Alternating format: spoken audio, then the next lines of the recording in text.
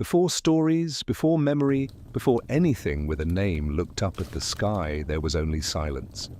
Not an empty silence, but a deep, ancient stillness that belonged to the earth itself, a breath held for eons, steady and patient, waiting for something that had not yet arrived. In that silence the world rested like a sleeping mind. Continents lay adrift upon slow oceans, drifting the way dreams drift within a sleeper. Mountains carried the weight of newborn stone, their peaks softened by the passage of time that had not yet learned to count itself. Rivers curled across the land in wide, shimmering arcs, wandering without purpose, guided only by gravity and chance. Nothing hurried, nothing expected, everything simply was. The sun rose and fell in quiet ceremony, spilling light across an earth that absorbed it with calm indifference. Dawn brought pale warmth. Dusk returned the cool hush of long shadows. Across plains untouched by the sound of footsteps, the grasses rose and fell like a single living tide, responding only to the wind's ancient hand. In those early ages, time did not yet belong to creatures. It belonged only to the planet, an old, slow-breathing sphere of stone and water, wrapped in soft blue air. Its rotation carved steady lines of day and night, but marked nothing in particular. Moments drifted without distinction. Ages passed in stillness. The world had not yet grown a story. And in that rhythm lived a calmness so complete that even millions of years seemed to rest comfortably within it. Somewhere along the equator, where warm winds swept over great grasslands, the earth whispered in heat and dust. Volcanoes sat heavy on the horizon, ancient as the dawn, slowly bleeding warmth into the sky. They rose like silent guardians over a land that was still learning how to live. The plains were golden in daylight, pale under the moon, and endless under the stars that shimmered with cold, distant patience. They had been shining long before Earth was old enough to hold oceans, and they would shine long after all oceans were gone. Their light touched the world, gently falling through the atmosphere like quiet snow, barely noticed by the sleeping land beneath. It was in this quiet world, this world of breath and waiting, that the first soft tremors of change began. Not sudden, not sharp, but subtle, like the faint quiver of a seed beneath soil preparing to rise. But for now, in this moment before becoming, the earth lay still. No creature yet understood survival. No mind yet held fear or memory. No footstep broke the sand. All was possibility. All was openness. All was waiting. The oceans carried their own slow pulse, washing against untouched shores in soft, foamy sighs. The waves whispered to the rocks, smoothing them grain by grain, almost imperceptibly, as if the sea were gently shaping the world into a place where life could one day take hold. Above the waterline, wind shaped dunes into elegant curves. Raindrops softened ancient stones. Lightning stitched brief lines of white fire across clouds heavy with primal moisture. Storms rolled across the land like wandering giants, then faded into soft blue skies as if they had never been. The earth was practicing rehearsing the moods and motions that would one day define the lives of millions. Even the air felt different then. Thicker, warmer, carrying scents that belonged to early grasses and the distant breath of growing forests. Every gust of wind carried the ancient murmur of the planet, a whisper, older than bones, older than language, older than thought. And yet within this vast stillness, the seeds of future stories were already stirring. Invisible threads were weaving themselves quietly beneath the surface of time. Something was coming, slow, patient, inevitable. In the shadow of mountains that had seen centuries without witnesses, early forms of life slept in the warm dust. Their shapes were simple, their minds silent. They did not yet imagine or remember or choose. They only existed, carried by instinct alone. But instinct too was a beginning. It was a whisper of what might one day become awareness, a faint glow of something new in the long night of the world. No one could see it, for there were no eyes that understood seeing. But the earth felt it the way a sleeping creature feels the first twitch of waking. Still awakening was far away. For now, the silence held.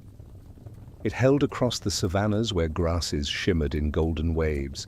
It held in the forests where the first tall trees reached upward like curious fingers. It held in the winding riverbeds shaped by water long before life learned to drink from them. It held in the low, endless hum of insects tracing their first patterns through the wind. And it held in the sky, wide, endless and blue, watching over the world with a calmness that mirrored the ocean's depth. Night after night, stars glittered without witnesses. Their light traveled across distances so immense that even mountains could not comprehend the time it took to reach the earth. Yet the world received it gently, folding the starlight into its quiet landscapes like soft, celestial dust. In the darkness, the planet breathed. It exhaled warmth from deep beneath the crust, where molten rivers glowed with ancient heat. It inhaled coolness from high mountain peaks carved by wind and time. This breath, this slow, patient circulation of warmth and cold, gave the world a heartbeat faint, steady, eternal. Before life spread across the land, the earth was a cradle. Before thought took shape, the earth was a dream. Before struggle began, the earth was peaceful. But peace does not last forever. Even silence in its vastness prepares for sound. Across the endless plains of Africa, a continent still forming its identity, something delicate was forming. A new kind of creature, a new kind of future, a lineage that would one day walk from forest shade into open grasslands, learning not just how to survive, but how to thrive in a world of shifting seasons. A lineage that would eventually lead to Homo erectus, the great endurance walker, the long-distance traveler, the bearer of fire and resilience. But that future was still hidden far ahead, beyond the horizon of millions of years. For now there were only faint whispers of movement among the grasses. Tiny footprints left by creatures no larger than a child's hand. Soft rustles of early mammals exploring the world with cautious curiosity. The beginning of awareness faint as dawn's first pale light. The sky watched it all in silence. Clouds drifted lazily, trailing shadows across plains so wide they blurred into the distance.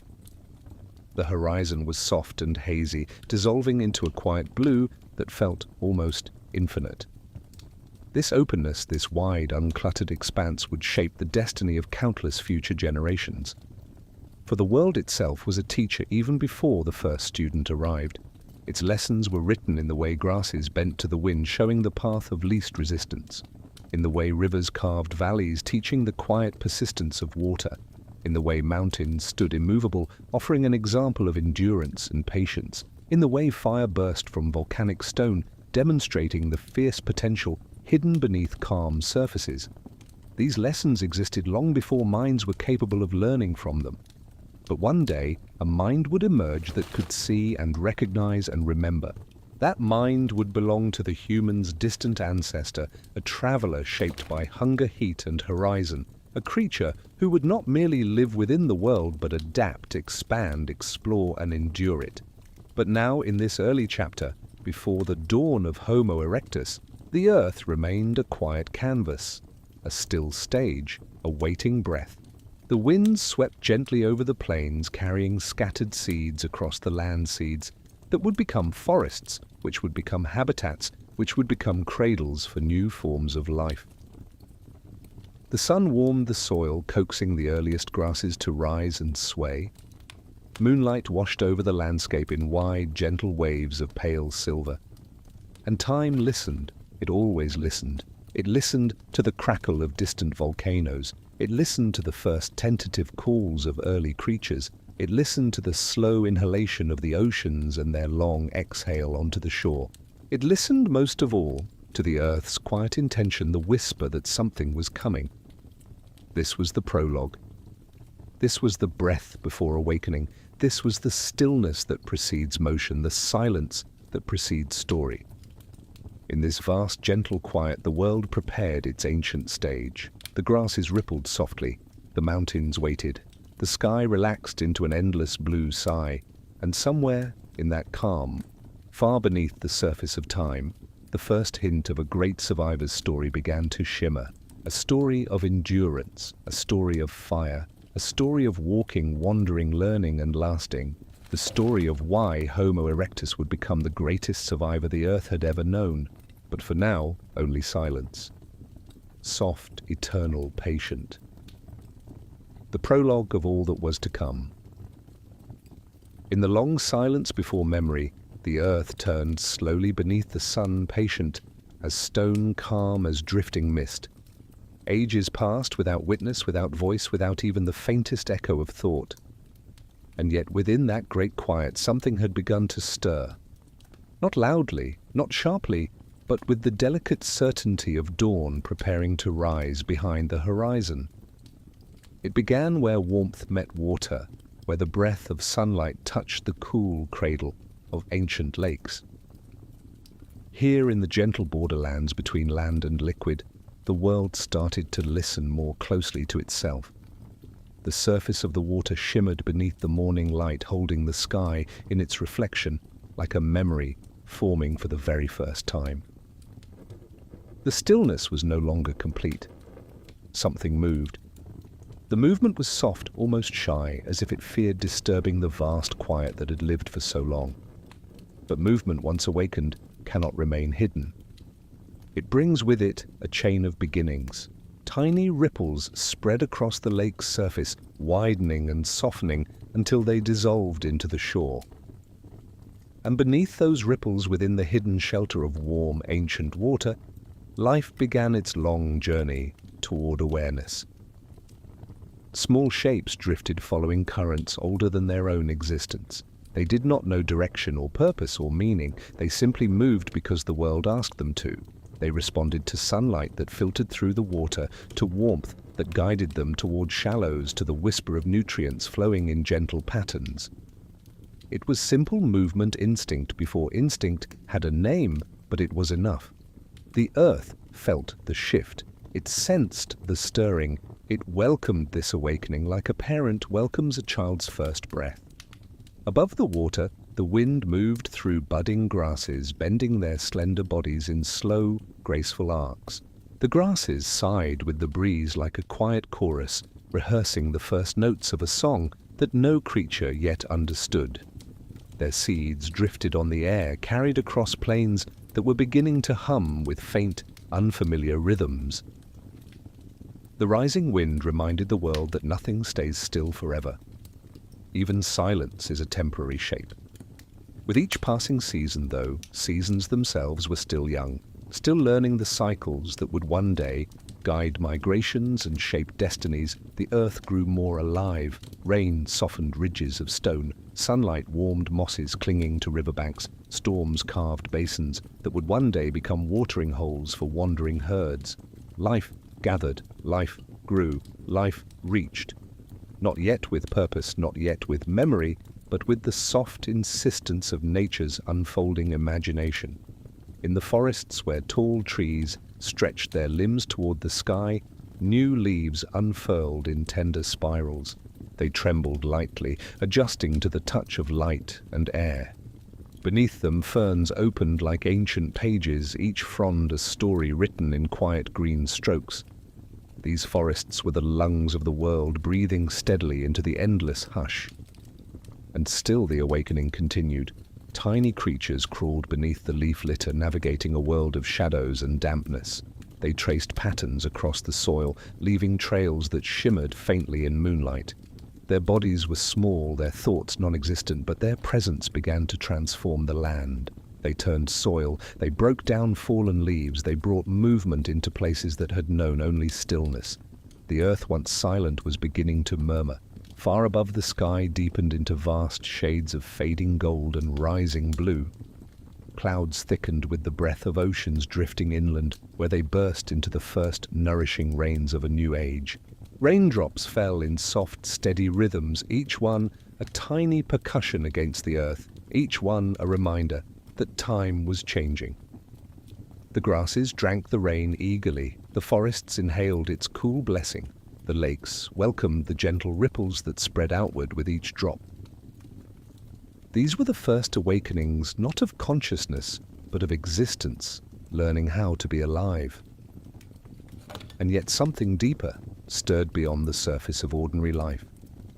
Something older than instinct, kind of potential, a seed waiting to open within the lineage of creatures that would one day walk upright beneath the same sun and moon.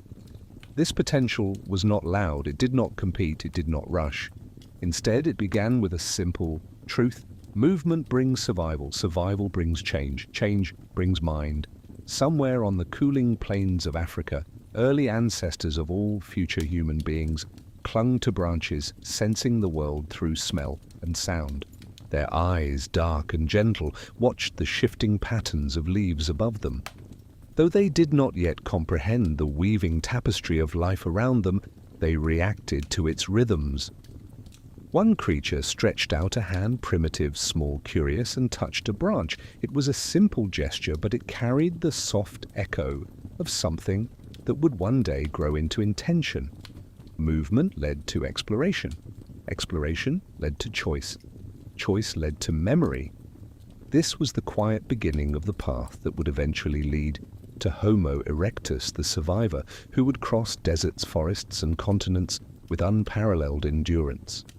But in this age, long before that lineage took shape, the world was only beginning to prepare the canvas upon which such a journey would be drawn. The plains warmed under the sun's steady gaze. Tiny mammals scampered among the roots of trees, seeking refuge in shadows. Birds glided overhead, tracing graceful arcs across the sky. Their wings were the first brushstrokes of freedom painted upon the air. Their silhouettes passed silently over the land, carrying seeds in their beaks, carrying life from one horizon to another. Movement was everywhere now, not rushed, not chaotic, but gentle and continuous, like the swell of a tide rising slowly along a quiet shore. The earth had awakened, and life was learning how to respond. With each sunrise, the world became more intricate. With each sunset, it grew more connected. With each cycle of day and night, it evolved. The rivers deepened their paths, cutting through soft stone and hardened sediment. These rivers would guide migrations for millennia to come, offering water to creatures not yet born. The earliest grasses began to spread wider across the plains, forming the broad savannas that would shape the destiny of early humans millions of years later. In these grasses, insects hummed. They danced between stalks, gathering droplets of dew left behind by the night. Their bodies shimmered with delicate colors as they darted beneath the sun. Their buzzing created the faintest suggestion of sound, a melody so soft it blended seamlessly with the wind. This world was not silent anymore, but its sounds were gentle, patient, unhurried. Even the volcanic mountains, giants of fire and stone, contributed to this awakening. Occasionally, they sent plumes of ash drifting into the sky, painting the horizon with subtle shades of orange and gray. Those ashes nourished the soil, enriching the land for the forests and grasses that depended on it. Fire and water, stone and wind, sun and shadow. These were the forces that shaped the early earth, the quiet architects of the stage upon which life would someday flourish. Far to the south, the oceans continued their timeless dance. Waves rose and fell in rhythmic sighs. Their edges foamed softly as they kissed the shore, leaving behind traces of minerals and abandoned shells. The ebb and flow of the tide carved patterns into the sand patterns that would be erased and drawn anew with each passing day, like the world's earliest attempts at writing. And though the creatures who lived beside these waters did not yet understand cycles or tides, they instinctively followed them. They fed when the water receded. They sheltered when storms approached. They moved with the earth's breath, responding to rhythms older than any mind. In the forests that bordered these shores early, primates clung to branches with soft, nimble fingers. Their movements were quiet, their lives simple. They crept between leaves, listening to the soft rustle of distant winds. Their ears twitched at the faint calls of birds. Their eyes tracked the shifting patterns of light that filtered through the canopy. Though they did not know it, they were the first hints of something extraordinary, not yet Homo, not yet aware, but slowly learning the language of movement and the logic of light. Their awareness was faint, like the first stirrings of dawn, but it was awakening nonetheless. As years folded into centuries and centuries into eons, their hands grew stronger, their senses sharpened, their curiosity expanded. They climbed higher, leapt farther, watched longer. Their minds, tiny sparks of potential, flickered gently in the vast darkness of deep time. The Earth watched over them with calm patience, for the planet understood what they did not. Awakening is slow, but once begun, it cannot reverse. The passage from instinct to awareness, from awareness to thought, from thought to understanding, it begins quietly. It unfolds not like fire but like water, spreading gently, shaping its surroundings with slow persistence. Back on the plains, the grasses swayed in golden waves. The sun poured its warmth across the land in long strokes. Shadows grew and shrank with each passing hour. And the world, awakening once more each morning, prepared itself for the next movement, the next change, the next step in the long journey toward life as it would become. Across the land, small groups of early creatures ventured away from their safe shadows. They followed smells carried by the breeze. They listened to the subtle hum of insects. They watched the sky shift between pale morning and rich twilight. Their senses guided them through the world, teaching them without words. This was the first true awakening, the awakening of awareness, the recognition of movement, the understanding that the world around them was alive, shifting and full of meaning they had not yet learned to name. The earth, once silent, now murmured with soft life. The grasses whispered in warm winds, the rivers sang in quiet rhythms. The forests breathed in green sighs, and beneath that growing music of creation, life continued to awaken bit by bit. Eventually, though the world did not yet know it, the unfolding of this awareness would give rise to new bodies, new minds, new beings. And among those beings would be a lineage destined for endurance, for exploration, for survival beyond anything the planet had seen. But that future, brilliant and distant, remained hidden. For now the world simply awakened, gently, quietly, inevitably. And in that soft awakening, the first threads of the Homo Erectus story began to weave themselves into the endless tapestry of time. Before minds learned to remember, before hands learned to shape tools, the earth was still crafting its foundations. Time moved like a slow tide, rising and falling across continents that had not yet settled into their final forms. The world was not young yet. It was still becoming, still unfolding its shapes, its climates, its rhythms, and in this long patient becoming, the stage upon which Homo erectus would one day stride was quietly set. The sun lifted each morning through mists that curled around the edges of distant mountains. Its light traveled across plains in long golden beams, warming the grasses, touching the surface of lakes, stirring faint warmth in the shells of creatures hidden beneath the soil. Every morning was a beginning, every evening a gentle closure, and every night a reminder that the world existed within a calm and endless cycle. This was the birth of the world as life would one day know it, a world shaped by silence, softened by wind and guided by forces deeper than any creature's awareness. Far beneath the crust, magma moved in slow, glowing rivers. These molten currents shifted continents, lifted mountains, and carved the outlines of valleys. Sometimes they rested, sometimes they stirred, and sometimes, with the slow certainty of inevitability, they rose toward the surface, cracking the earth open with fire and ash. But even these eruptions, fierce as they were, occurred within a rhythm of their own. They were part of the Earth's long breath, an exhalation of ancient heat that had been building since the planet's very beginning. When volcanoes slept, their slopes cooled, they gathered moss, they hosted grasses. Their once burning rivers of rock became quiet pathways for creatures wandering through the dawn of time. What had once been destructive now softened into nourishment, releasing minerals into the soil, feeding the roots of new forests, shaping the destiny of lands that would one day cradle early humans. The earth was not static. It was alive in its own slow way, shifting, rising, falling, breathing.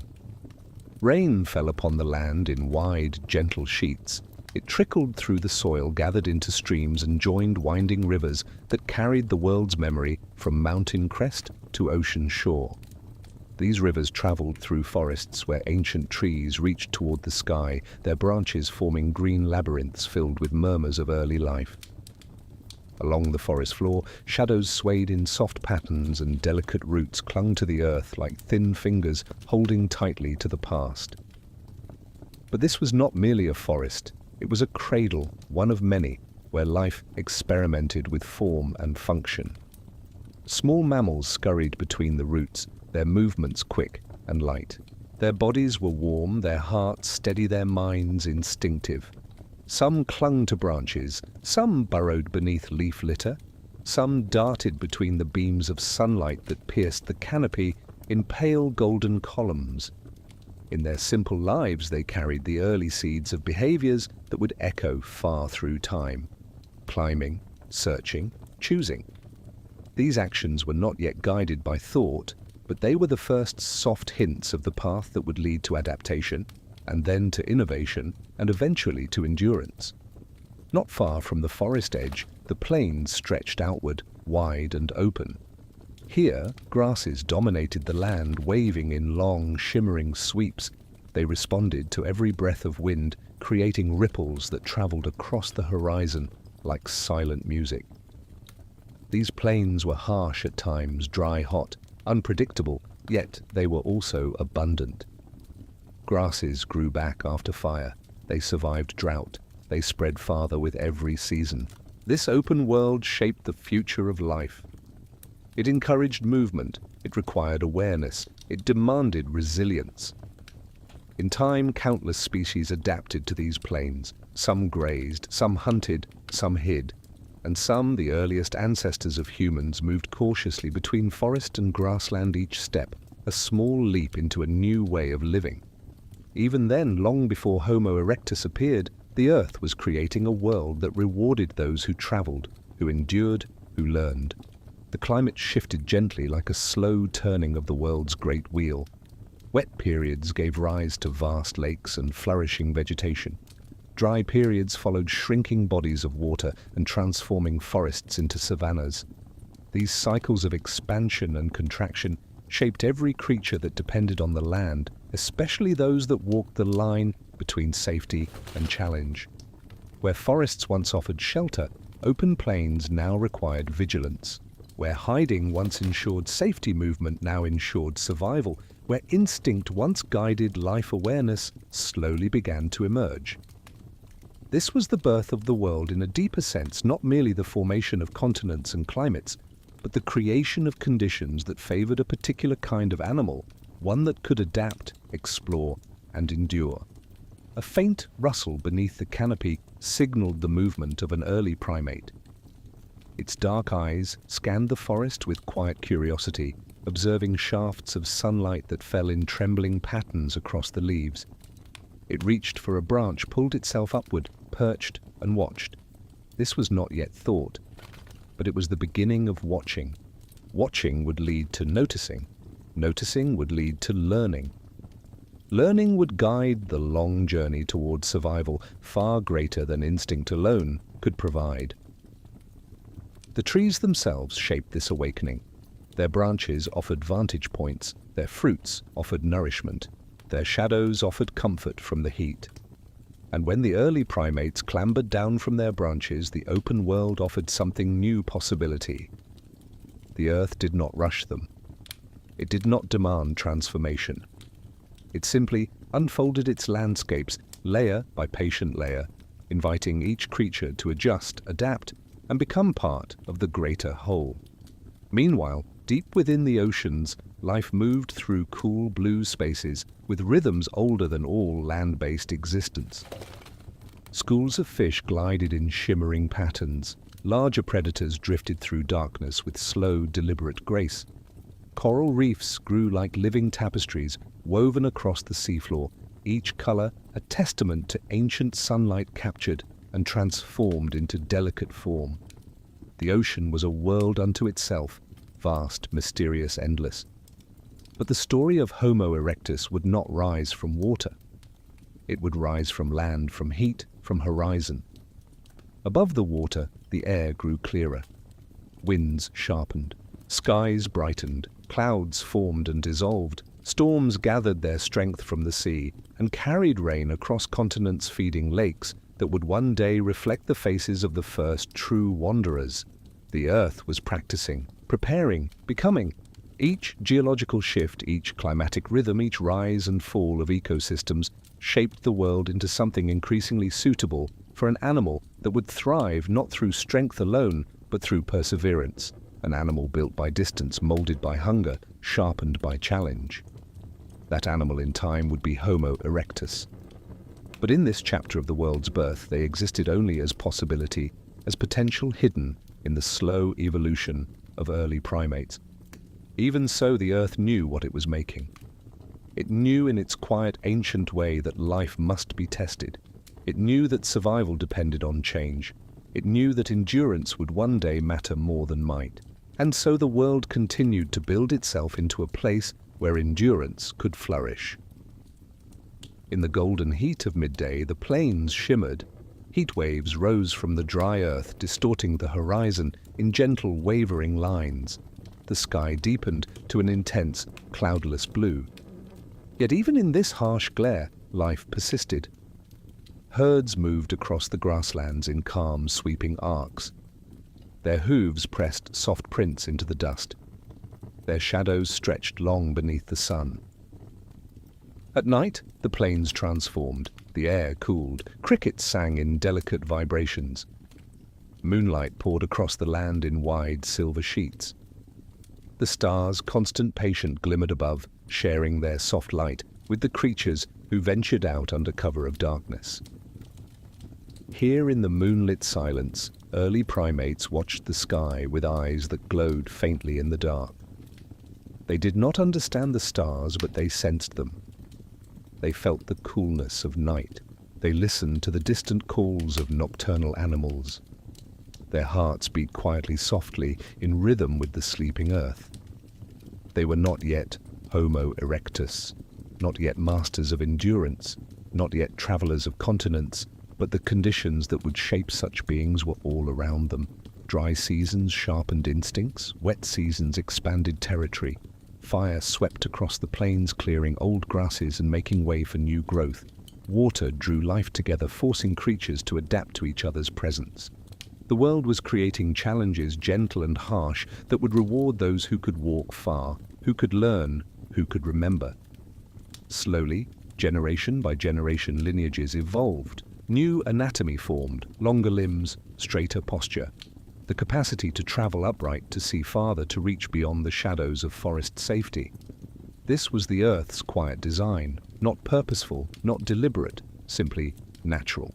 But its consequences would shape one of the greatest survivors the world had ever seen. The birth of the world was not a single moment. It was a long breath, a slow unfolding. It took millions of years. It continues today. Yet there was a moment, subtle, almost invisible, when all the necessary elements had come into balance. When the Earth, in its quiet wisdom, had crafted the perfect blend of challenge and stability. A world where survival belonged not to the strongest, but to the most enduring. A world where movement would become the greatest advantage. A world where the horizon beckoned. A world preparing for travelers.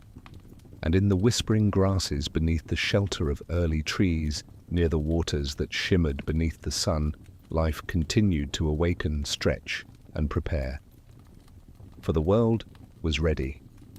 And soon, not in human time, but in Earth's slow, patient time, a new kind of being would emerge. One who could walk, one who could endure, one who could survive what others could not. This was the birth of the world that would one day belong to Homo erectus. Life did not hurry. It grew in quiet layers like light deepening across a valley at dawn. In the beginning, its steps were small, uncertain, exploratory. But with time, with the patience of seasons and the guidance of the Earth's rhythm, life learned to stretch, to reach, to adapt. Each generation was a brushstroke faint, yet essential, shaping the long arc of becoming. Forests thickened across the land, their roots threading like veins through the soil. Every tree was a pillar of memory, holding sunlight in its leaves and stories in its rings. Fog drifted low between trunks at dawn, carrying the scent of damp bark and moss. Birds nested in the canopy, their calls trembling through the quiet air, like gentle pulses of life. These forests were ancient cathedrals, green living sanctuaries where early creatures found both shelter and challenge. Within this world of filtered light and soft earth, early primates evolved, slowly shaped by the demands of branches and shadows. Their hands curled around bark with natural ease. Their eyes tracked movement, adjusting to the delicate play of light between leaves. They listened, always listening to the quiet tremble of life around them. In these moments, deep beneath the canopy, life practiced the art of awareness. A rustle, a shift of shadow, a soft thump of distant footsteps. Every sound carried meaning, even if the creatures did not yet understand it. Awareness was beginning, cautious, instinctive, but growing. Beyond the forest's edge, where trees gave way to vast savannas, something unexpected was unfolding. The world was changing shape. Grasslands spread farther than before, stretching across plains in wide, shimmering carpets. The grasses bent to the wind, creating ripples that sparkled beneath the sun. The air carried scents of dust pollen and distant water. This open landscape was a new kind of world, one that demanded movement, attentiveness, and endurance. Life on these plains grew taller, faster, more alert. Herds gathered in slow, wandering arcs. They followed the rains. They crossed long distances under the open sky, their silhouettes dark against the horizon. This movement, sweeping, rhythmic, patient, carved invisible paths across the land, paths that early humans would one day follow. In the early stages of this transformation, life still leaned on the forest. Many creatures clung to the safety of branches, venturing only briefly into the sunlit openness. But the world does not remain unchanged. The earth asks its inhabitants to adapt gently, then insistently. And those who answered its call found themselves stepping into a new age. One of the first steps was curiosity. Imagine yourself in that time beneath the shade of a broad-leafed tree just before dusk. The air is warm, the sky glowing with soft hues of amber and rose. The forest behind you murmurs with familiar sounds, the rustle of leaves, the quiet chirp of unseen insects. But before you lies something different, a wide open plain stretching far into the distance, golden in the evening light. Imagine standing at that threshold. Imagine the pull of the horizon. Imagine the first tiny thrill of possibility. For early primates, this moment came quietly. One creature, slender, cautious, stepped from the shadow into the first brush of open air. Its feet pressed into soft earth, its eyes scanning the grasses. It listened, breath slowing, heart steady. A breeze brushed through its fur. For a moment, the world felt larger, wider, somehow fuller. Then instinct guided it back to the safety of trees. But the next day, it stepped out again, and the next, and the next. Curiosity, once awakened, becomes a force. The forest and savanna together began shaping early hominins in ways no single environment could. The forest taught climbing, grasping, seeing in shadows. The savanna taught vigilance, endurance, long-distance travel, and the skill of interpreting the horizon. Life grew more complex, minds grew more attentive, bodies began to change in subtle, meaningful ways. Legs lengthened slightly to allow for bursts of speed. Spines strengthened, preparing for a posture that would one day become upright. Eyes sharpened, tuned to detect movement at great distances. These changes were not deliberate. They were the slow accumulation of countless generations responding to shifting landscapes. Yet each change brought life closer to something extraordinary.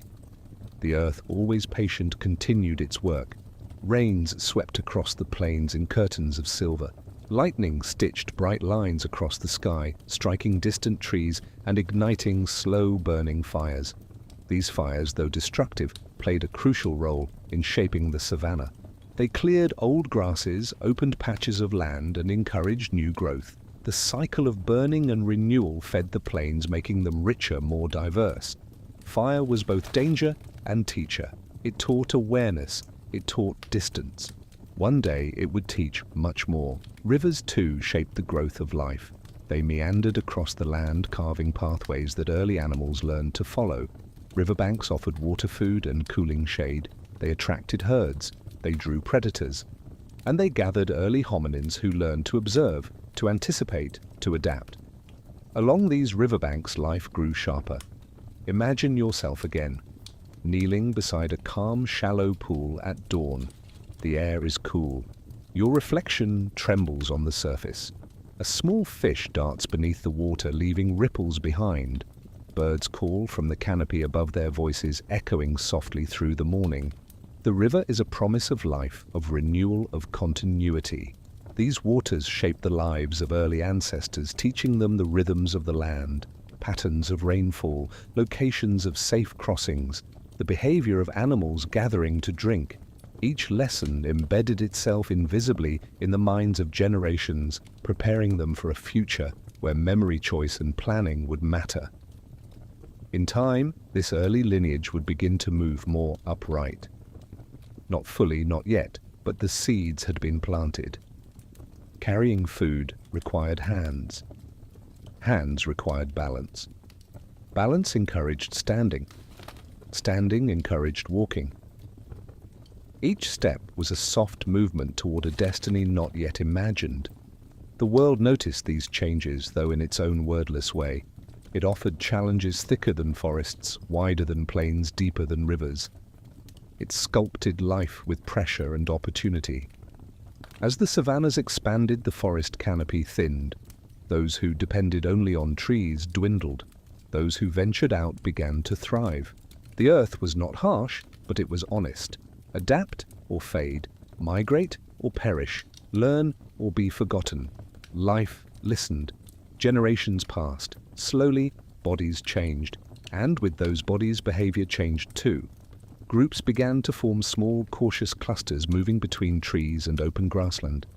They huddled together at night, sharing warmth, responding to distant sounds with collective awareness. This togetherness was another seed: cooperation, communication, social rhythm. It began with gestures, postures, soft vocalizations, nothing structured, nothing symbolic. But these early signals carried meaning: danger, food, comfort, presence.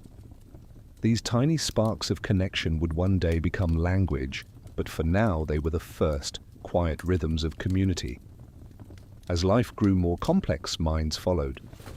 Awareness deepened, memory lengthened, choice became real. Imagine sitting beneath a twilight sky, the air cooling, the stars appearing one by one, like tiny ancient lanterns. You hear distant footsteps in the grass, not danger, but kin. They settle near you, their bodies warm, their breathing soft. The night presses in around you, a wide, dark ocean filled with quiet sounds. But you do not feel alone. This simple comfort shared across early hominin groups would one day blossom into something far greater: culture, cooperation, resilience. Meanwhile, the earth continued its steady transformation. Dry seasons grew longer, wet seasons became more intense. The savanna broadened, the forests withdrew. These changes forced adaptation at a faster pace. Those who could travel far, steadily, patiently, survived. Those who could not fell behind, remembered only in fossils and forgotten branches of the tree of life. The primates who ventured farther from the forests found themselves relying more on endurance than speed. They could not outrun predators, but they could outlast them. They could walk for hours. They could track changes in weather. They could search for shade and water with growing skill. The world was shaping an endurance animal, a traveler, a wanderer, a survivor. Though still far from the true form of Homo erectus, the early hominins were shifting. Shoulders adapted for swinging, and climbing began to balance with shoulders capable of long-distance movement. Hips adjusted, legs lengthened, spines tilted. The body remembered how to climb but began preparing to walk. Life, ancient, patient, slow, was sculpting the first true walkers of the world. Meanwhile, the mind continued its subtle awakening. Curiosity expanded, Problem-solving emerged. Even the simplest acts, choosing a branch, navigating a slope, selecting a safe path across the grass, hinted at cognition in its earliest form. These sparks, faint but real, were the beginnings of the fire that would one day define Homo erectus. Not fire made of flame, not yet, but fire of thought. Fire of awareness. Fire of endurance. On nights when the moon was full, early hominins sat beneath its pale glow, their silhouettes sharp against the silver grass. They watched shadows move across the land. They listened to distant calls. They responded to each other with soft grunts and gentle touches. Their hearts beat in rhythm with the earth's slow pulse. Life had come into its own. The world that had once held only silence now held movement, awareness, companionship. And in every corner of the land, from shaded forests to sunlit plains, life expanded in a quiet, determined flow.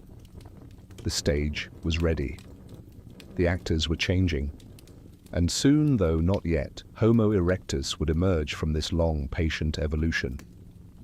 But for now, life continued its steady growth.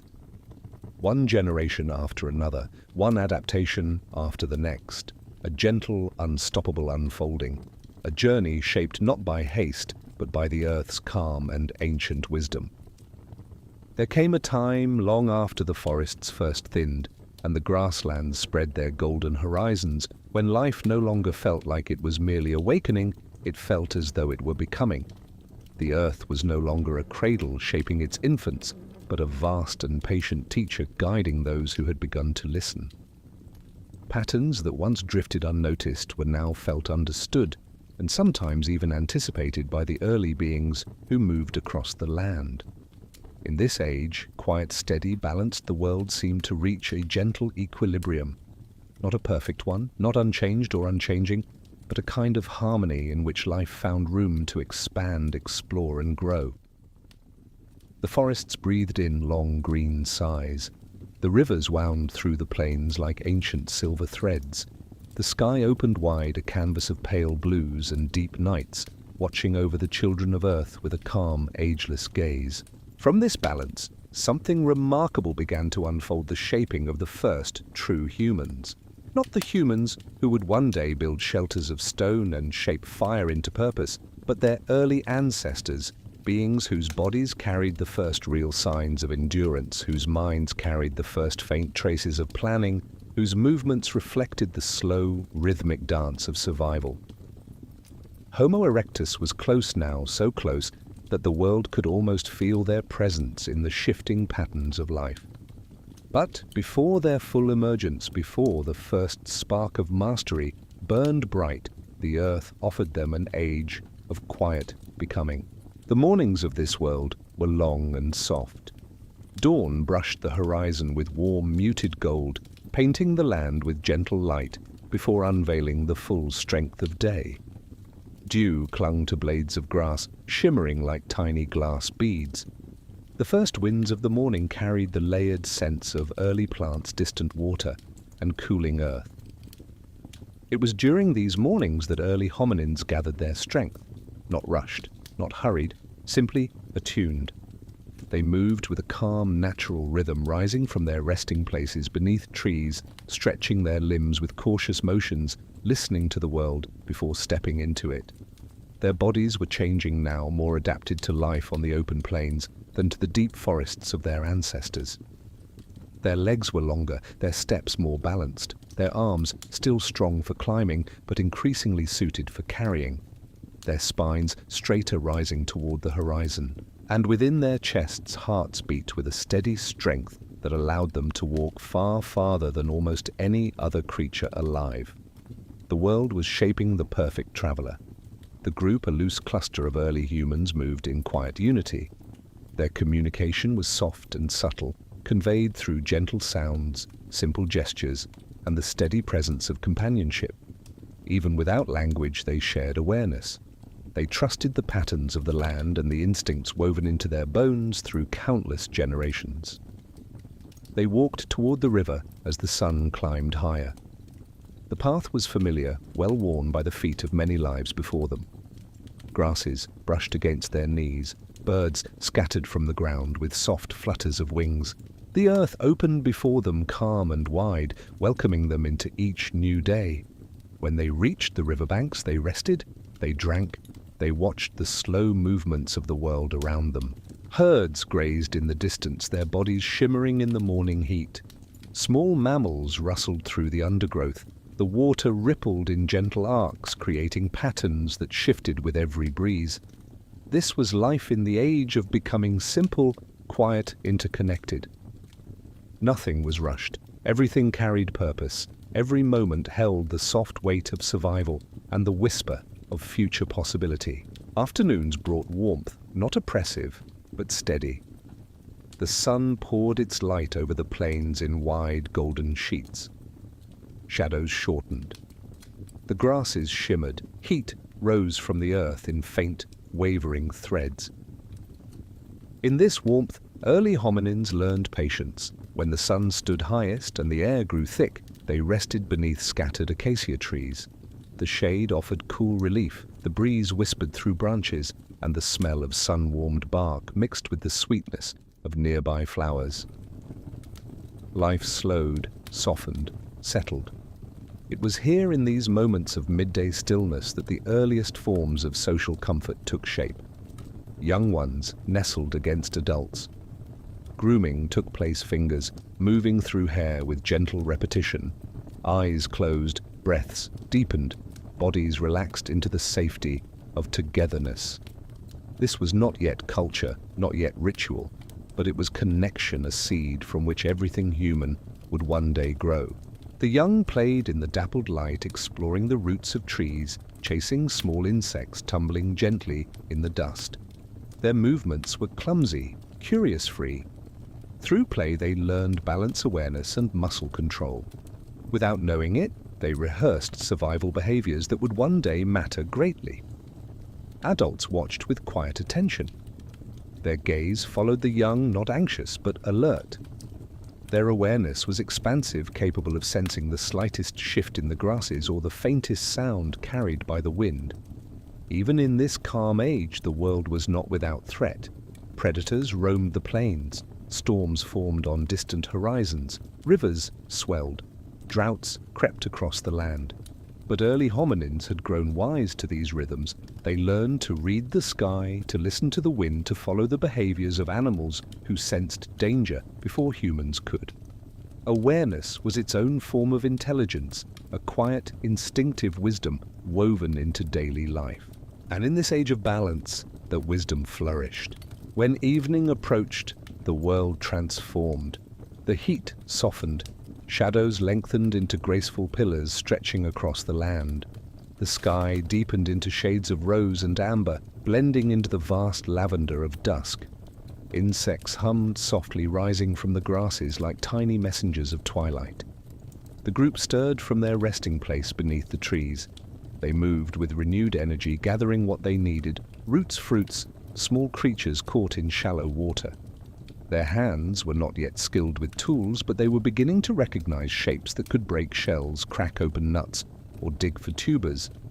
Awareness of tools was forming, faint, experimental, but present. As the sun lowered, the air cooled. Breezes carried the scent of night. Stars began to appear one by one, like ancient eyes opening across the sky. The group settled near familiar ground, often choosing elevated places that allowed them to watch the plains beneath them. Their bodies curled close, their breathing synced, their awareness softened but did not vanish. Night on the savannah was both peaceful and humbling. The world stretched wide and dark beneath a ceiling of glittering stars. The sounds of nocturnal creatures echoed in the distance, soft footsteps, low calls, the whisper of wings. Early hominins listened, their senses heightened, their hearts steady. Though they did not yet understand the stars, they felt their presence. Their cool, ancient light fell across the faces of early humans, marking each night with a quiet reminder of time's vastness. The earth, too, seemed calmer in these hours. The air cooled, the grasses shimmered under moonlight, the river reflected gentle strands of silver. And in this quiet, the world felt safe, as if night itself had softened into a cradle. This nightly rhythm, rising, moving, resting, gathering, watching, was the heartbeat of the age of becoming. It was not dramatic, not turbulent, not full of conflict. It was peaceful, balanced, steady. In this steadiness, early humans evolved more quickly than ever before. Their bodies became more adapted to long-distance walking, their minds increased in focus and memory, their social bonds strengthened through shared routines, their awareness expanded with each season that passed. The earth offered them stability, and they grew into it. The land gave them challenges, and they rose to them. Time gave them space, and they filled it with becoming. There were moments within this unfolding age when gentle leaps of change revealed themselves, subtle, almost imperceptible, but deeply important. A young female discovered that a stone cracked open a hard fruit. Days later, another used a stick to dig for roots hidden beneath the earth. Two adults traveled slightly farther than before, testing the limits of endurance. A group changed their resting site based on shifting water patterns. A mother guided her child to the safety of a high branch more quickly than instinct alone could teach. These were not inventions, not traditions, but they were seeds, tiny, soft seeds of thought, and seeds, given the right soil, always grow. The forests and plains together offered endless opportunities for learning. Shapes, smells, seasons, sounds. Early hominins began to remember even if their memory was brief. They recognized places, they returned to familiar water sources, they recalled which trees offered fruit during certain times. They sensed which paths were safe, which shadows held danger. Memory, the quiet root of survival, was taking hold. Yet through all this change, the world remained gentle. Its cycles were predictable, its challenges balanced by abundance, its dangers softened by opportunity. This was the Earth's gift, an age of becoming not through crisis but through harmony. In this era of calm, life blossomed in ways that chaos could never allow. Strength grew from peace, endurance grew from stability, awareness grew from repetition. This balance forged the early foundation of Homo erectus, not in fire, not in fear, but in the soft, steady rhythm of living closely with the land. And so through long days and longer nights, early humans continued their quiet evolution. Without knowing it, they walked toward a profound transformation, one that would one day send their descendants across continents, through deserts, over mountains, and into the heart of every landscape the earth had to offer.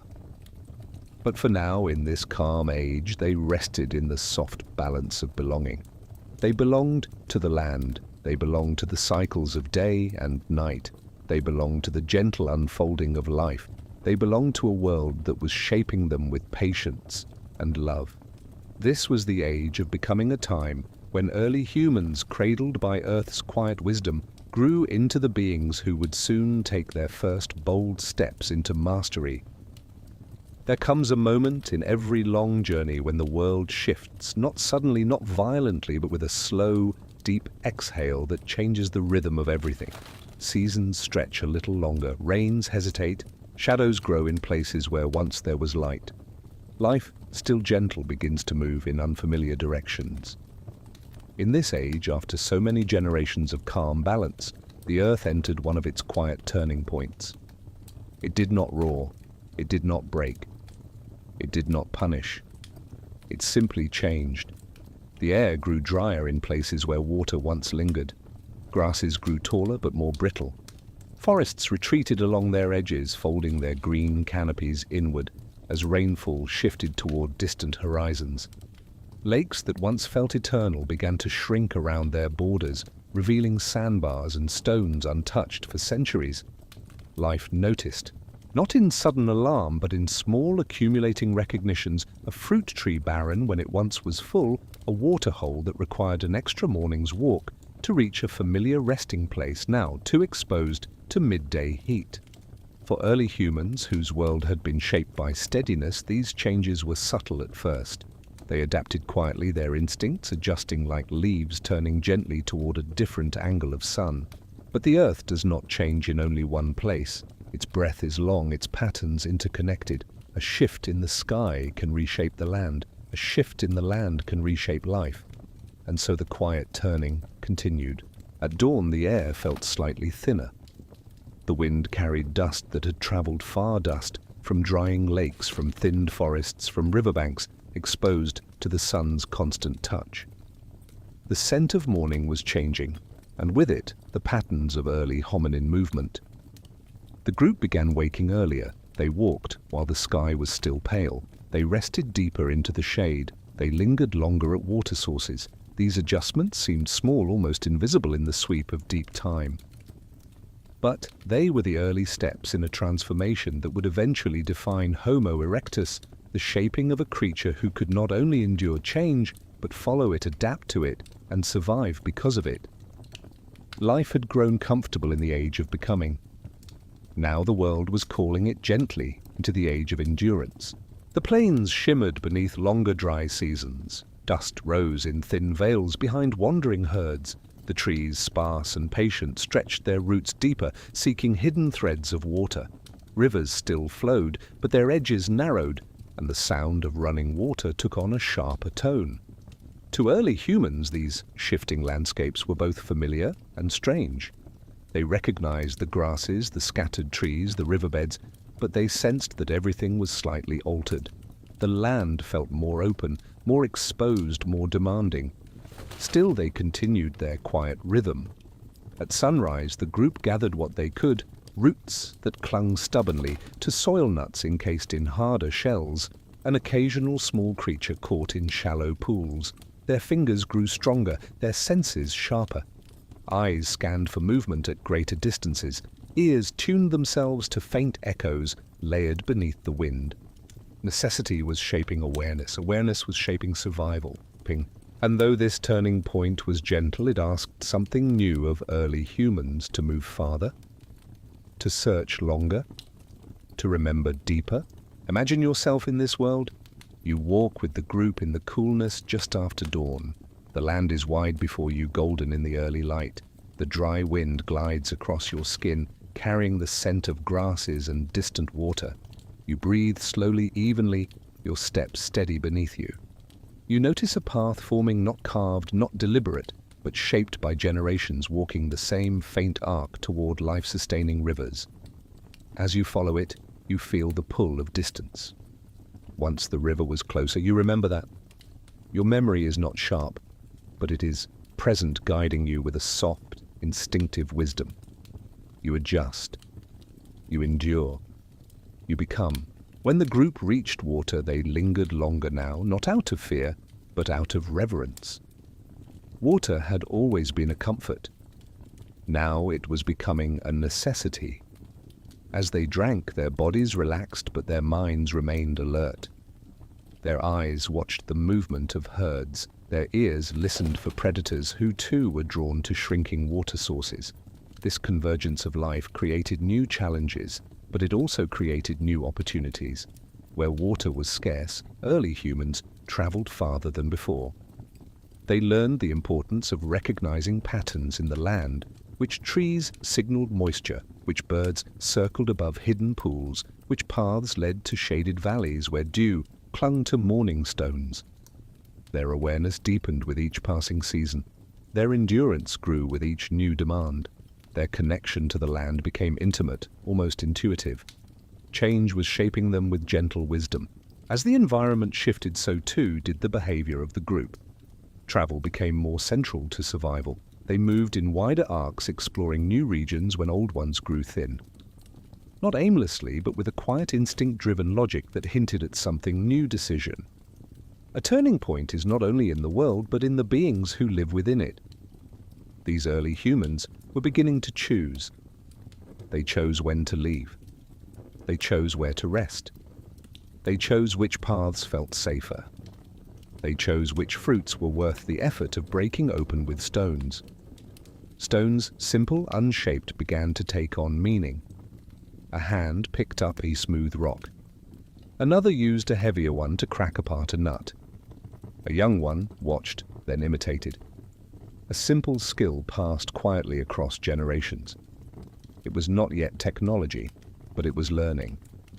And learning is always a turning point. Storms too shifted in this age. They arrived with less frequency but greater strength. When clouds gathered on the horizon, the air held a deep stillness, as if the earth paused in anticipation. Lightning flashed in jagged lines across the sky, illuminating the plains with brief, silver brilliance. Thunder rolled across the land like a giant's slow heartbeat. Then rain fell heavy, powerful, transformative. It soaked the thirsty soil. It filled the riverbeds. It revived the grasses. Early humans watched these storms from sheltered places beneath rocky overhangs or the thicker branches of old trees. They listened to the rain's intensity, felt the electricity in the air, breathed the scent of wet earth that followed. But these storms restored the world, but they also revealed new paths. Fresh pools formed, rivers changed course, animals moved differently. The group learned to follow these signs. They learned that storms were not only danger or refuge, but teacher. Rain taught patience, lightning taught respect, water taught memory. And in this cycle of learning, they grew stronger. For early humans, this turning point was both challenge and gift. As their environment changed, their bodies continued to adapt in subtle but meaningful ways.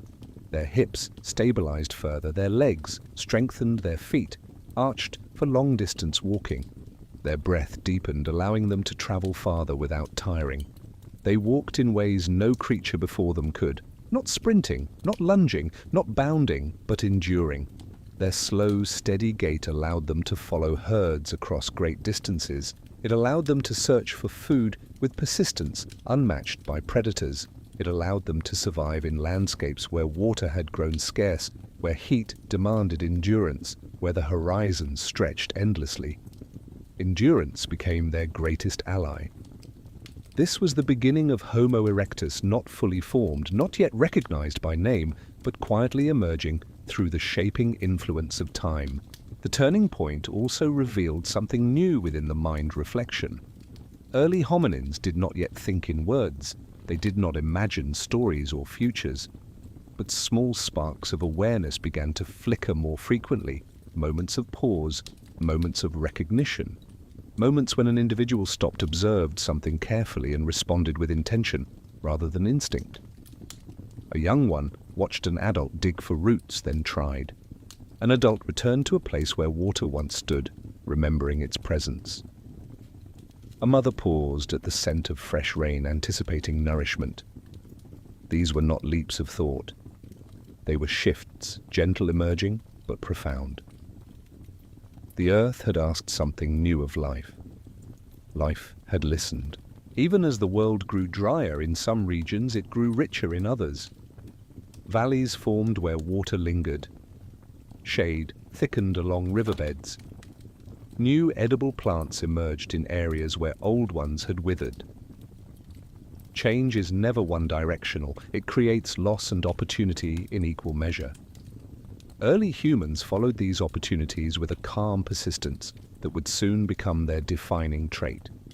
They traveled farther along river corridors.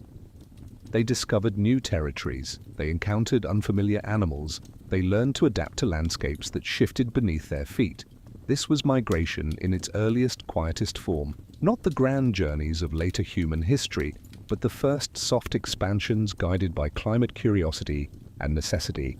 As nights cooled and dry, seasons lengthened, the group began gathering together more closely in the evenings. The darkness felt deeper now, the air quieter, the world more mysterious. They curled close for warmth, for comfort, for safety. Their breathing intertwined, their hearts settled into the silence. And in this silence, something beautiful emerged, a sense of belonging. Belonging to each other, belonging to the land, belonging to time itself. This feeling, subtle, instinctive, wordless, would one day become the foundation of culture, community, and love. But for now, it existed simply as warmth shared beneath the night sky. The earth, too, seemed to soften into these nights. The stars glimmered like ancient embers. The moon cast silver across the plains. The grasses shimmered in gentle waves. Even in change there was beauty. Even in challenge there was calm. This was the nature of the turning point, not harsh, not catastrophic, but necessary.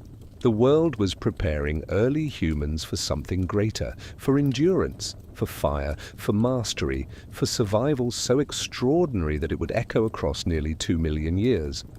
But that story, their true rise, was yet to come. For now they lived at the edge of change, quietly, adapting, quietly, learning quietly, becoming the greatest survivors the Earth had ever known. Change does not arrive only once. It comes in waves, soft at first, then deeper, then soft again. Life moves with it, resists it, collapses beneath it, and rises renewed.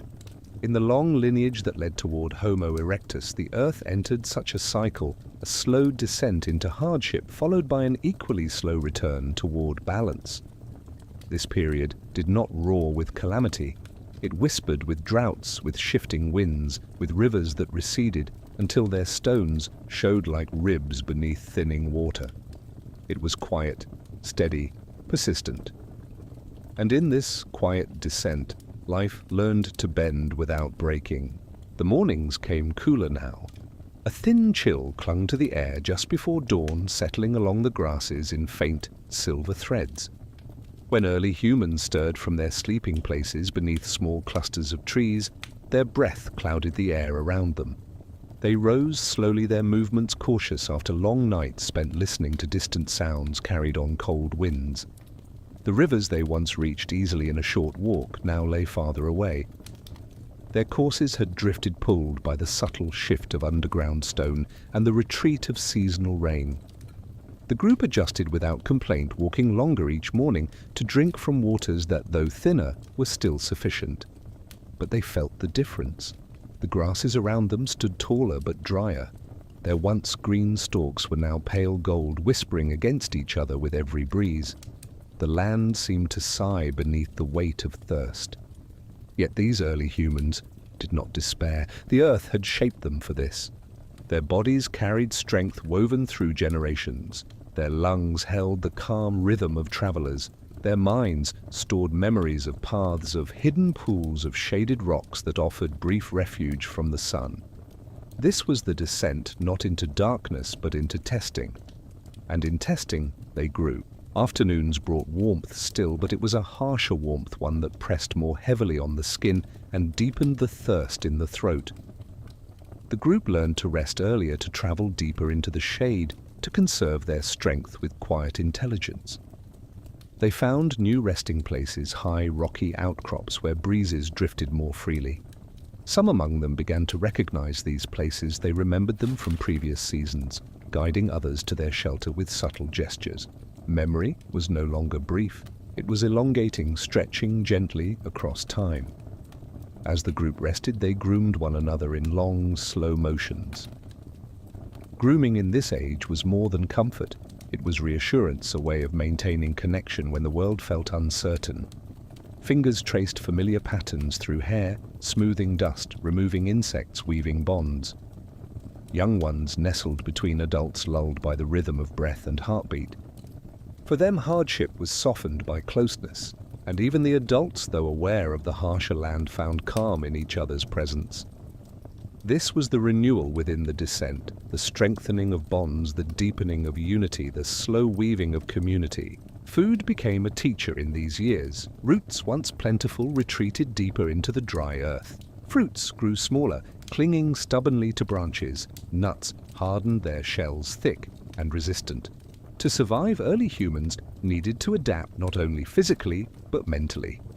They learned to dig deeper. They learned to search farther. They learned that stones could help where hands alone could not. A female found a sturdy, sharp-edged rock beside a dried riverbed. She struck it against a nut that had resisted her bare hands, cracking it open with surprising ease. She ate, then repeated the action. Another adult watched, then another. The knowledge passed not through words, but through observation. This was the quiet birth of innovation, small, simple, but profound. Not yet the deliberate shaping of tools, but the understanding that objects could serve purpose. This knowledge did not remain with one individual. It traveled, it spread, it became part of the growing memory of the group. Innovation is renewal, a spark of creativity that rises from challenge. As drought deepened, migrating animals moved along new routes. Antelope herds shifted eastward, following the promise of greener plains. Elephants traveled farther to find water. Even predators adjusted their territories, moving with the animals they pursued. Early humans followed these migrations from afar, reading the patterns with instinct and emerging intelligence. They watched dust rising from distant hooves. They sensed the direction of movement. They learned that life shifts not only with environment but with the choices of other creatures. This awareness, subtle as it was, marked a turning point in renewal. Early humans began not merely reacting to the world but anticipating it. Evenings came with a sense of fragile peace. The sun dipped beneath the horizon, painting the sky in long swathes of copper and rose. The heat relaxed, breezes cooled, the world exhaled. The group settled together beneath a cluster of acacias. The trees, with their umbrella-shaped branches, provided sweeping shelters that caught the last of the light and held it in their leaves like tiny embers. As darkness grew, the stars appeared more brilliant than ever. The sky felt closer in these nights, wider, deeper, filled with ancient memory. Early humans watched the heavens without understanding, but with presence. Their eyes followed the patterns of constellations as they slowly wheeled across the sky. They did not know these lights would guide their descendants across deserts and oceans, but they sensed something in them, a calmness, a constancy, a silent companionship. Night after night beneath these stars, the group renewed their strength. They curled together in warmth, sharing heat in the cooling air. They listened to the distant calls of creatures also enduring the turning of the world. In this stillness they did not feel alone. Connection was their shelter. Presence was their comfort. Togetherness was their fire long before flame ever touched their hands. There were moments scattered across these years of hardship when renewal arrived in surprising ways. A new water source appeared where a lake had once dried, fed by underground streams that shifted beneath the earth's crust. Trees that had struggled during drought produced sweet fruits during a rare rainy season, offering nourishment that strengthened the group before the next dry cycle. Young ones grew perhaps more quickly than before, their bodies lean and strong, shaped from birth by the demands of a tougher world. Adversity refined them, but renewal nourished them. Each dry season taught resilience. Each rainy season restored balance. Each generation carried the memory of both. The land, too, renewed itself in subtle ways. Grasses that died returned with deeper roots. Trees that lost leaves sprouted new branches. Rivers that thinned carved new paths. Even fire, often feared, often fled, offered renewal. Lightning struck a dry tree. Flames spread softly through brittle grass. Smoke drifted into the sky. Afterward, the land was scorched, but then days later, new green shoots emerged, bright, tender, hopeful. Early humans watched with curiosity, sensing that fire was both danger and promise. It destroyed yet brought rebirth. It frightened yet fascinated. One day, far ahead in time, they would claim fire harness, it'd hold it, but for now they only observed, learning from a distance. Observation is the beginning of understanding. Understanding is the beginning of mastery. Through all of this, the droughts, the renewals, the shifting land, early humans grew into themselves. Their legs strengthened, further built for distance rather than speed. Their feet evolved for stability across uneven ground. Their lungs deepened, supporting long periods of exertion. Their minds sharpened, weaving memory with instinct. They were still not yet Homo erectus, not fully, not completely, but they were close. The earth had nearly finished shaping them. This period of descent and renewal was the crucible in which endurance became identity. Not temporary endurance, but lifelong generation, deep resilience. The kind that bends but does not break, the kind that carries a species through landscapes of change. The world had tested them, the world had fed them, the world had taught them, and they had listened.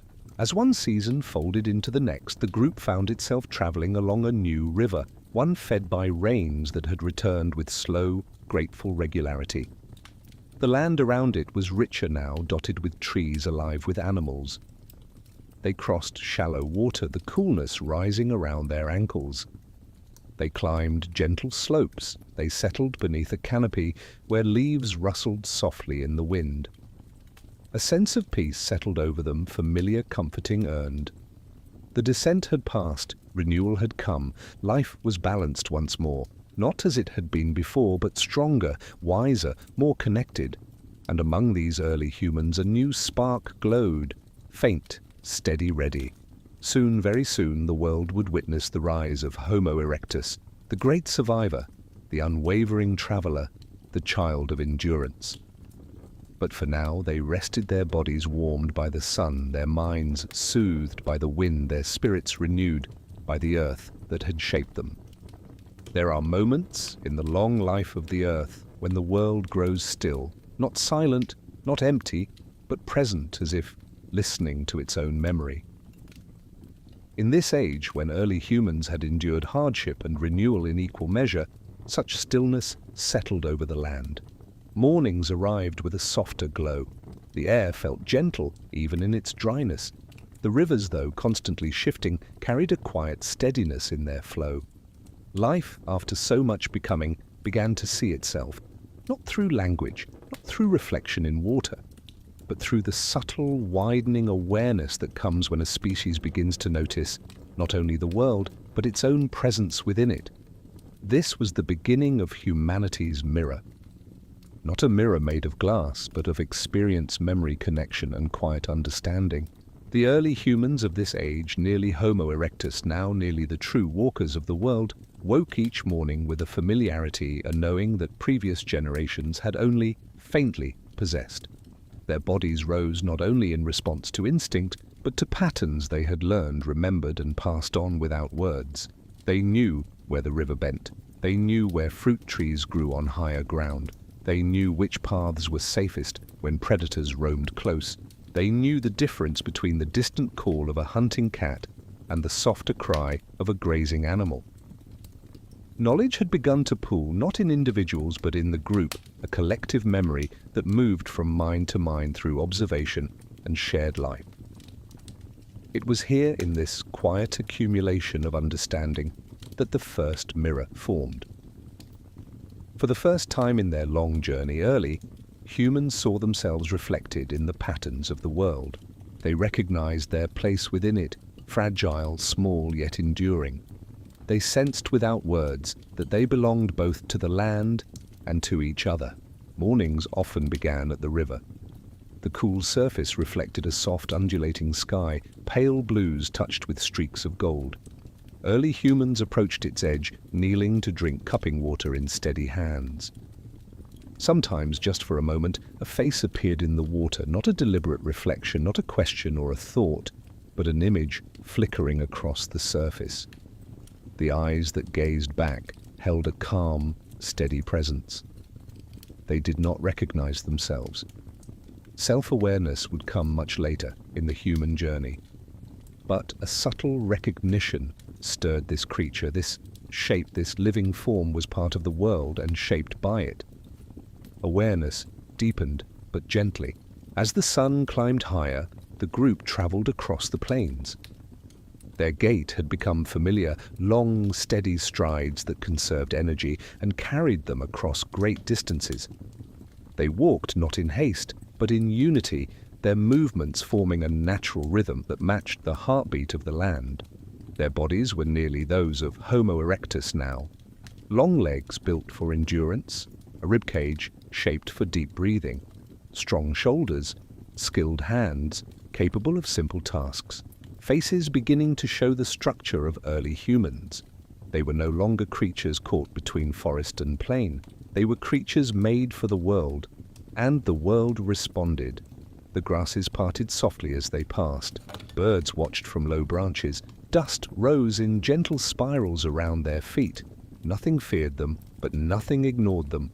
They were part of the landscape now, travelers whose steps traced ancient patterns across the savannah.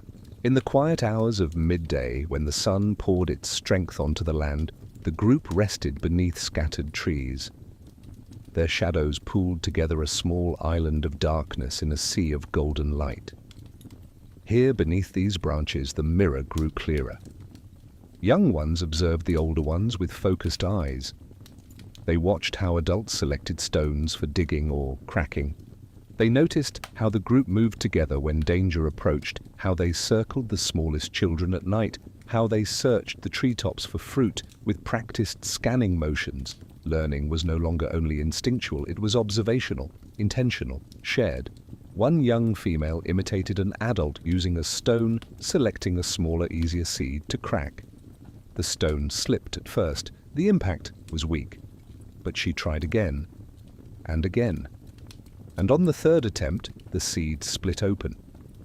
She brought a piece to her mouth and tasted it, sweet, soft, nourishing. She looked toward the adult who had taught her without knowing. A soft, quiet connection passed between them, not spoken, not deliberate, but real. This was humanity's mirror, the reflection of one life in another. The beginning of learning through relationship. The beginning of culture long before culture had a name. Evenings carried a different kind of reflection. As the sun dipped toward the horizon, turning the sky into a canvas of amber, and rose, the group gathered close, moving with the slow comfort of creatures who knew they belonged together. They sat, they rested, they groomed. Grooming was more than cleanliness now. It had become a way to strengthen bonds, soothe anxiety, deepen connection. Fingers worked through fur, removing dust and insects. Bodies leaned together, seeking warmth and reassurance. Eyes closed, breaths deepened, hearts slowed. In these moments, early humans saw each other not through thought, but through presence. They recognized familiarity. They sensed safety. They felt the soft, ancient roots of empathy. Empathy, even in its faint, primitive form, was the most human thing the world had yet produced. It was the spark that would one day become love, art, language, and story. But here, beneath the fading light of a prehistoric sky, it existed simply as comfort. And comfort, too, is a form of reflection. Night brought out the deepest mirror of all. The stars, ancient and unmoving, wheeled slowly across the sky. Their cold light touched the bodies of early humans as they settled into sleep, curling close for protection against the cooling air. Sometimes one would remain awake for a little while longer, watching, listening, breathing the night. The world around them hummed with quiet sounds, insects whispering through the grasses, distant calls of nocturnal creatures, the soft murmur of the river. In the stillness, something stirred inside them, a sensation so early, so delicate, that it could not yet be called thought. It was a feeling of relation, to the land, to the sky, to the others sleeping nearby, to the seasons behind and ahead, a sense that they were part of something vast, something ancient, something that held them and shaped them. This was humanity's mirror in its purest form, the sense of belonging. As the years passed, and as generations flowed quietly like water through time, early humans continued this deepening of awareness. They learned to anticipate the arrival of rains by watching the sky. They sensed when predators were nearby, interpreting subtle shifts in movement and sound. They recognized individuals within their group responding differently to each one. They formed routines, daily circles of travel, rest feeding, and connection. Each small behavior carried meaning. Each meaning hinted at the long road toward consciousness. Each consciousness was a step toward humanity. The mirror grew clearer, brighter, more complex. There were moments, too, when early humans confronted loss, a member of the group who did not wake one morning, a young one taken by a predator, in the night, an elder weakened by drought. Their reactions to these losses were not loud, but they were noticeable.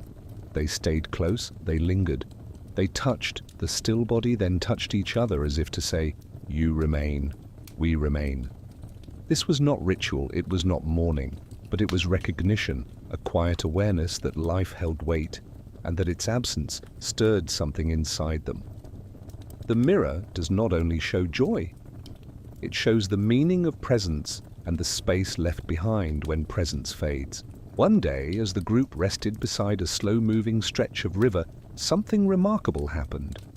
A young male, stronger and more curious than most, picked up a stone with an irregular shape. He examined it for a long moment, turning it in his hand. Then, with a motion, neither random nor instinctual, he struck it against another rock. A sliver broke free. He struck again, another sliver. The stone was not yet a tool, but he had recognized that it could become something else. The group watched quietly, some with curiosity, some with indifference, some with subtle recognition. This simple act, a stone reshaped by intention, was a landmark on the road toward the true Homo erectus mind. The mirror had reflected something new, not just awareness, but possibility. Life continued season after season. The group grew, changed, shifted territory. Young became adults, adults became elders. Elders passed their memories, faint, instinctive, embodied, remaining in the group's patterns of behavior. And through these quiet cycles, early humans became more human. They learned from each other, they cared for each other, they recognized each other, they shaped their world in small but growing ways.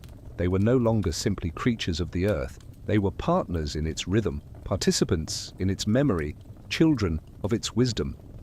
And as they walked across the plains, long, steady strides, carrying them into unfamiliar landscapes, they carried with them the earliest spark of self-understanding. A mirror, delicate and ancient, glowing softly within the heart. Not a mirror of thought, not a mirror of language, but a mirror of being, humanity's first reflection. Time did not rush. It unfurled like a long, unbroken ribbon across the plains, wide and gleaming beneath the sun. Seasons turned, skies shifted, rivers changed their courses with slow, meandering grace. And through this gentle persistence, early humans, now truly Homo erectus, stepped fully into the world that had shaped them. They entered not as visitors, not as intruders, but as continuations of the Earth's own unfolding story. The world had molded them through droughts and rains, through scarcity and abundance, through movement and stillness. And now in this new age, Homo erectus answered the world with quiet mastery, not through domination, not through conquest, but through belonging. This was the eternal continuum, the understanding, instinctive and ancient, that life is never one thing, never one moment, never one form, but an unbroken flow from what was to what is to what will be. The mornings of this age carried a particular clarity. As dawn lifted softly above the horizon, light washed across the plains in long, shimmering threads.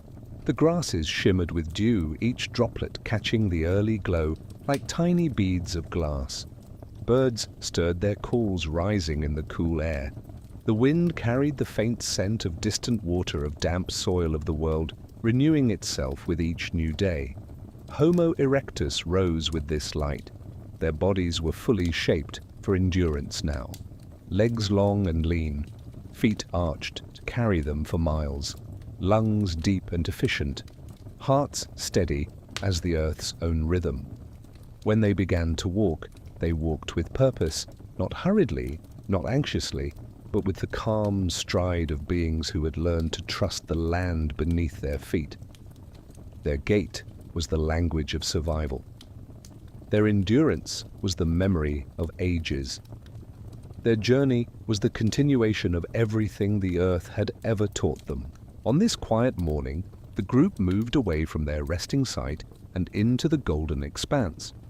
They followed the scent of wind, the direction of light, the faint hum of life, awakening across the plain. Their steps created a path that shimmered like a soft echo of those taken by generations before them. They were not wandering, they were remembering.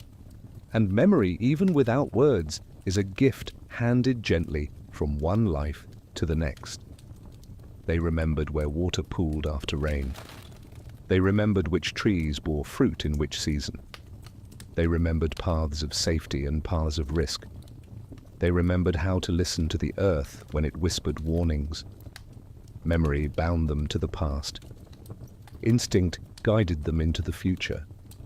Together they created a continuum that flowed through time like a quiet, endless river.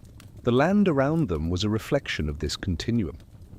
Grasses rose and fell with seasonal rhythm. Rivers widened, narrowed, then widened again.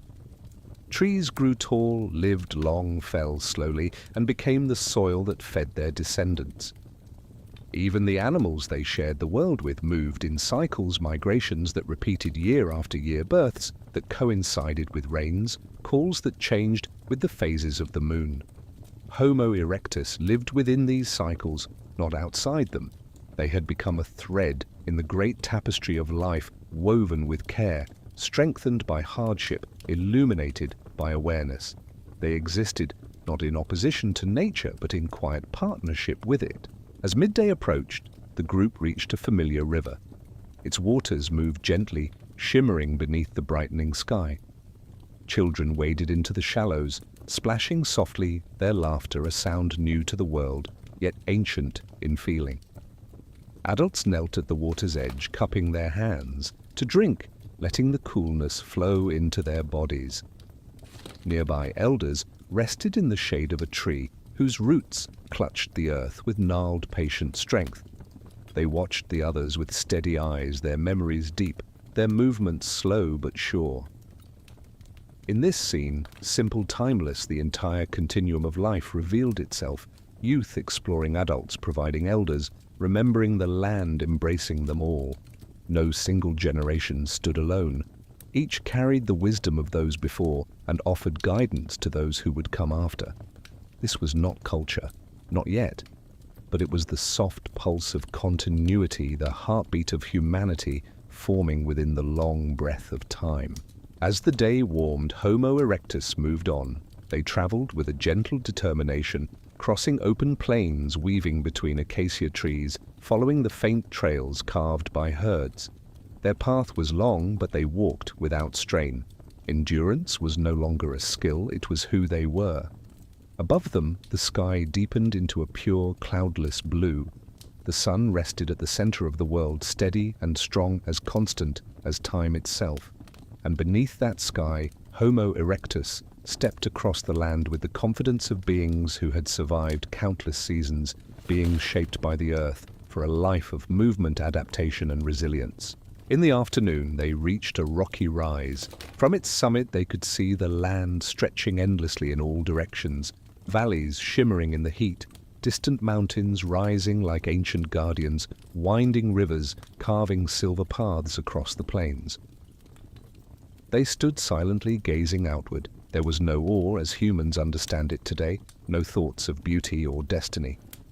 But there was awareness, a deep instinctive sense that the world was vast. That movement mattered, that survival was tied not to one place, but to the ability to cross great distances and to read the signs written on the land. This awareness, unspoken but powerful, was the spark that would carry their descendants across continents. Homo erectus would become the first humans to leave Africa, the first to cross deserts, the first to climb mountains, the first to witness new worlds beneath unknown skies. Their journey across time and place began here, in these long, quiet moments of recognition. As evening settled, the group descended from the rocky rise and found shelter near a cluster of trees. The air cooled. The world softened. The sky shifted from gold to rose to deepening lavender. They gathered in a loose circle, their bodies forming a shape that mirrored the ancient rhythms of togetherness. Some groomed each other, others rested their heads on familiar shoulders, young ones curled between adults. The land around them glowed with the last warmth of day. And above them, one by one, the stars emerged. These stars so ancient they had witnessed the birth of oceans and mountains now watched Homo erectus as they settled into sleep. Their light traveled across millions of years, falling softly onto faces shaped by endurance and belonging. No creature before had looked at the stars with such steady eyes. No creature before had lived in such harmony with both hardship and hope. The stars, untouched and eternal, became part of the continuum's silent companions in the long story of human becoming. In the deep night, the world grew quiet. The grasses whispered in gentle waves, The river murmured its soft, eternal song. Insects hummed in rhythmic pulses. And Homo erectus slept not in fear, but in trust. Trust in their endurance, trust in the land, trust in the continuity of life. In their dreams, simple, instinctive, they carried the memory of paths, walked water, found dangers, survived. Their bodies healed, their minds rested, their hearts settled into the steady beat of the earth beneath them. This was the eternal continuum, a species shaped by the world, and a world shaped quietly by the species. Neither owned the other. Neither controlled the other. They simply flowed together as river meets sea, as day meets night, as season follows season. When dawn came again, the sky brightened softly, the wind shifted with the promise of new paths, and Homo erectus rose once more to continue the journey their ancestors had begun millions of years before. Their steps carried them forward into a world that was always becoming, always changing, always inviting them to endure. For endurance, quiet, patient, ancient, was their true inheritance. The continuum of humanity stretched on unbroken, unhurried, eternal. Night comes gently to the ancient world, not in a rush, not with urgency, but with the slow, soft quiet of a great curtain being drawn across the sky. It settles over the plains in a long breath. It spreads across the rivers in wide silver ripples. It drifts into the forests, into the grasslands, into the mountains that have watched life unfold for millions of years. And in this hush, in this soft cradle of darkness, Homo erectus, the great walker, the great survivor, finds rest. This final chapter is not about struggle. It is not about change. It is not about the long journey from instinct to awareness. It is about stillness. It is about continuity. It is about the deep and ancient calm that follows a long day beneath the sun. It is about sleep, a sleep not just of the body but of memory, of time, of the earth itself. The day had been long, but not exhausting. It had carried the group across familiar plains, past shaded riverbanks, through warm grasslands humming with insects.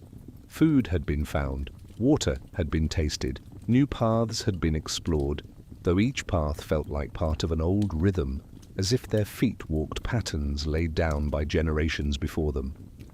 Now, as the last light faded from the sky, the group settled into a small, shallow hollow beneath an arc of acacia trees. Their shapes blended with the land, their bodies warm against the cooling earth. The sky above them softened into dusk, a gradient of gold, rose, lavender, and deepening blue. Clouds drifted like whispers. Birds glided in slow circles before disappearing into branches. The horizon glowed with the last breath of day. Homo erectus sat still. They watched. They breathed. They existed in the quiet space between wakefulness and rest. This quiet space was a gift, a pause, a moment of reflection, a reminder that survival was not merely hardship, but also peace.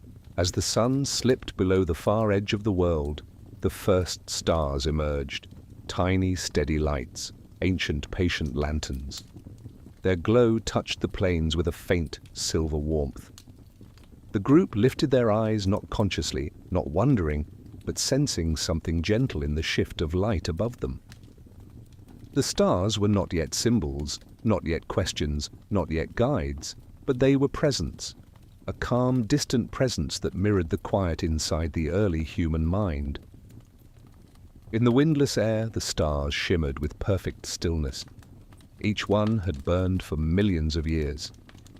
Each one had witnessed oceans rise and fall, mountains form and crumble, forests spread and retreat. Each one had watched the long unfolding of life. And now they watched Homo erectus, the children of endurance, the inheritors of time. This night, like countless nights before it belonged to them, the air cooled and the earth exhaled. A soft wind brushed through the grasses, creating long, slow waves that rose and fell like breathing. The sound was nearly silent, the faintest whisper of movement gentle as fingertips over cloth. This sound soothed the group. It carried memory within it, the memory of every past night they had survived, the memory of safety found in togetherness, the memory of wind as an ancient lullaby. They drew closer to one another, leaning in with quiet familiarity. A mother curled around her young arms, draped lightly, protectively. A pair of siblings rested back to back, their warmth shared without thought. An elder lay in the center of the group, breathing slowly, his ribcage rising and falling in a rhythm older than language. This cluster of bodies, this circle of life, was the earliest form of human comfort. Connection was warmth. Touch was reassurance. Presence was peace. And peace is the deepest descent into sleep. Night deepened. The sky grew darker until it was a vast velvety sea filled with distant stars. Each star blinked softly, never harsh, never sharp, a slow, patient shimmer that lulled the world into deeper stillness. Far away, a river murmured. Its soft, rolling waters carried the sound of stones turning gently beneath the current. This sound had accompanied early humans for generations. It was familiar, predictable, safe. The river's voice blended with the rustle of grasses and the distant calls of nocturnal creatures. Together these sounds formed a tapestry of ancient calm, woven from threads of wind, water, and life. They were the Earth's lullabies. And Homo erectus listened not with ears alone, but with the entire body. Sleep began to settle. In the half-conscious quiet just before, dreams. The minds of Homo erectus drifted through memory, not in words or images, but in sensations. The warmth of sunlight on skin, the softness of dew-covered grasses, the steady pulse of walking, the coolness of water cupped in hands, the closeness of the group during storms, the scent of fruit crushed between teeth, the rhythm of breathing beside loved ones. These were the threads of their memory, the fabric of their world, the roots of the humanity that would one day bloom. Their dreams were not abstract, not imaginative, but sensory echoes, the mind's way of holding the world in gentle hands. Through these dreams, connection deepened, belonging strengthened, continuity endured. Far above, the stars continued their slow wheel across the sky. Homo erectus did not yet know that those distant lights were suns, that their movement was the turning of the earth, that the patterns they traced would one day become compasses for migration maps, for travel stories for generations far in the future. But the stars knew, and they watched. They watched as Homo erectus slept. They watched as early humans breathed the same ancient air that clouds and mountains and rivers had breathed for ages. They watched as the future unfolded quietly inside the bodies curled beneath the acacia trees. The stars had witnessed the rise of life from single cells. They had watched fins become feet. They had watched forests bloom and disappear. They had watched the first sparks of awareness glimmer in animal eyes. Now they watched a species on the cusp of something extraordinary, a species whose endurance would carry it across continents, whose curiosity would ignite fire, whose connection would shape the world. But tonight there was no need for foresight, no need for wonder, only rest, and rest came easily. The earth, too, settled into stillness. The ground cooled, radiating the heat it had gathered throughout the day. Stones held the memory of sunlight for a little while longer, then released it in soft sighs. Leaves hung motionless, their shadows long and delicate against the darkened soil. Insects hummed their low rhythmic song, slow and steady like a heartbeat for the night. And beneath this vast canopy of quiet, Homo erectus breathed as one. In, out, each breath a thread in the long tapestry of life, each breath a reminder of survival, each breath a promise of tomorrow. As sleep deepened, the world blurred into a gentle tapestry of softness. The glow of starlight on fur, the faint rustle of grass, the distant call of an owl, the warmth of bodies pressed together, the slow rise and fall of dreaming chests. These sensations folded into one another, weaving a nest around the group. A nest not made of branches, but of presence, memory, and time. In this nest, they were safe, protected, held by the earth that had shaped them. Hours passed. The night grew deeper still, a velvet ocean carrying the sleepers in quiet currents. Dreams softened into pure calm. Breathing slowed, muscles relaxed, thought dissolved. What remained was pure being, a state older than humanity, older than bodies, older than time, a state of complete ancient rest. As dawn approached, the first soft note of light touched the sky. The horizon brightened in pale, gentle gold, and the world stirred from its long night of peace. Homo erectus shifted in their sleep, stretching slowly, blinking without haste. Sleep released them with kindness. They rose not abruptly, not tensely, but with the unhurried grace of beings whose lives followed the rhythm of the earth. Their day would begin anew, with walking, with searching, with belonging. But the peace of the night remained within them, carried in their bones, in their breath, in the quiet echoes of dreams. This peace, ancient and universal, was their inheritance. And through it they taught every future generation the art of endurance, the wisdom of belonging, the grace of movement, and the beauty of rest. Tonight, as you drift into your own descent, into sleep, the story becomes your story. Your breath mirrors theirs. Your stillness echoes theirs. Your dreams drift through the same ancient pathways carved by millions of nights before this one. You are part of the continuum, a link in the endless chain of life, a quiet inheritor of an ancient journey. Let the calm wash over you. Let the wind quiet your thoughts. Let the stars soften your mind. Let the deep time of the earth cradle your spirit. Feel yourself sink gently into rest, deeper, softer, quieter. The world watches over you as it once watched over them.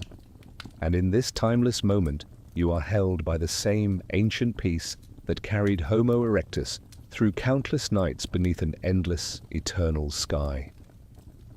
Sleep now, slowly, easily, deeply. The continuum holds you. The earth cradles you. Time surrounds you.